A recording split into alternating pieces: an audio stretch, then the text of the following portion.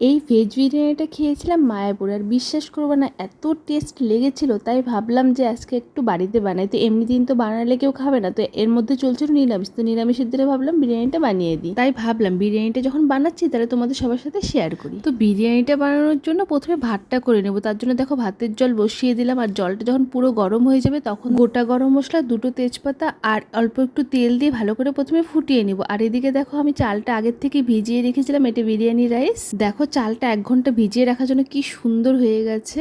তো এখন দেখো জলটা গরম হয়ে গেছে, এখন চালটা দিয়ে দেবো। আর আজকে ভাবছি বিরিয়ানি মশলাটা বাড়িতে বানিয়ে নেব। দেখো তার জন্য কি কি লাগছে নিয়ে নিচ্ছি। 2টো তেজপাতা, দারচিনি, এলাচ, লবঙ্গ, শাহজিরে, শাহমরিচ, আর লাগবে জায়ফল, জয়ত্রী। বাস এটাকে খুব ভালো করে রোস্ট করে উঠিয়ে নিতে হবে। এদিকে বিরিয়ানি বানানোর জন্য কি কি লাগছে চলো প্রথমে সেটা দেখিয়ে দিই। দেখো লাগছে কাজু, কিশমিশ, আর লাগবে 200 গ্রাম পনির। আর এখানে দেখো আলুটা এটা আগের থেকে সিদ্ধ করে রেখেছি। আর এখানে আছে বিনস, গাজর আর ক্যাপসিকাম। তো এখন প্রথমে পনিরটাকে ভেজে উঠিয়ে নিই।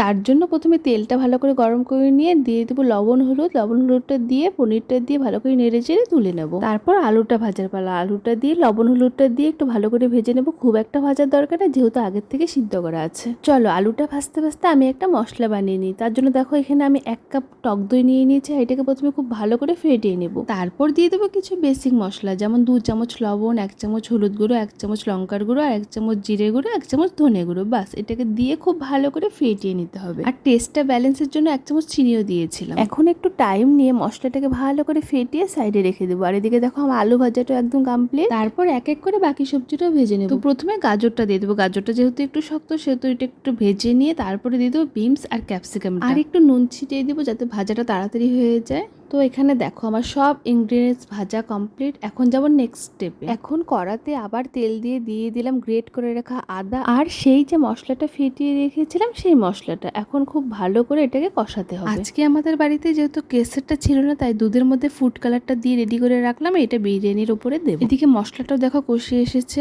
মশলাটা কিন্তু গ্যাসের ফ্লেম একদম লো করে কষাতে হবে, কারণ দই দেওয়া আছে। এখন ভেজে রাখা আলুটা দিয়ে দেবো। আলুটা একটু কষিয়ে নিয়ে দিয়ে দেবো ভেজে রাখা পনিরটা আর বাকি সবজি যেগুলো ভেজে রেখেছিলাম, মানে ওই গাজর, ক্যাপসিকাম আর বিনসটা সবকিছু দেওয়া হয়ে গেলে কিছুক্ষণ কষিয়ে নেব। ওই ধরো মিনিট 5। যখন দেখবে এরকম তেল ছেড়ে দিয়েছে তখন ওই যে বিরিয়ানি মশলাটা বানিয়ে রেখেছিলাম ওই মশলাটা সুন্দর করে ছড়িয়ে দেব। এখন মশলা আর সবজিটা খুব ভালো করে মিক্সড করে বাস গ্যাসের ফ্লেমটা বন্ধ করে দেবো। এখন ফাইনাল টাচ আপ, বিরিয়ানিটা দমে বসানো। তো দমটা আজকে করবো এই হাঁড়িটাতেই। হাঁড়িটা দেখো তার জন্য সুন্দর করে ঘি মাখিয়ে দিলাম ফার্স্টে। এবার লেয়ারের পালা। তো ফার্স্ট লেয়ারটা করছি দেখো আলুটা দিয়ে, আলু আর সবজিটা একটু দিয়ে দিলাম। তারপরে নেক্সট দিয়ে দেবো বিরিয়ানি রাইসটা। তো বিরিয়ানি রাইসটা দিয়ে খুব সুন্দর করে ছড়িয়ে দিতে হবে। এই যে হাঁড়িটা দেখছো এই হাঁড়িটা কিন্তু আমার শাশুড়ি মা নিয়েছে বিরিয়ানি শুধু বানানোর জন্য। খুব সুন্দর বিরিয়ানির দম হয় এটার মধ্যে, যেহেতু ছড়ানো আছে না, দারুণ হয়।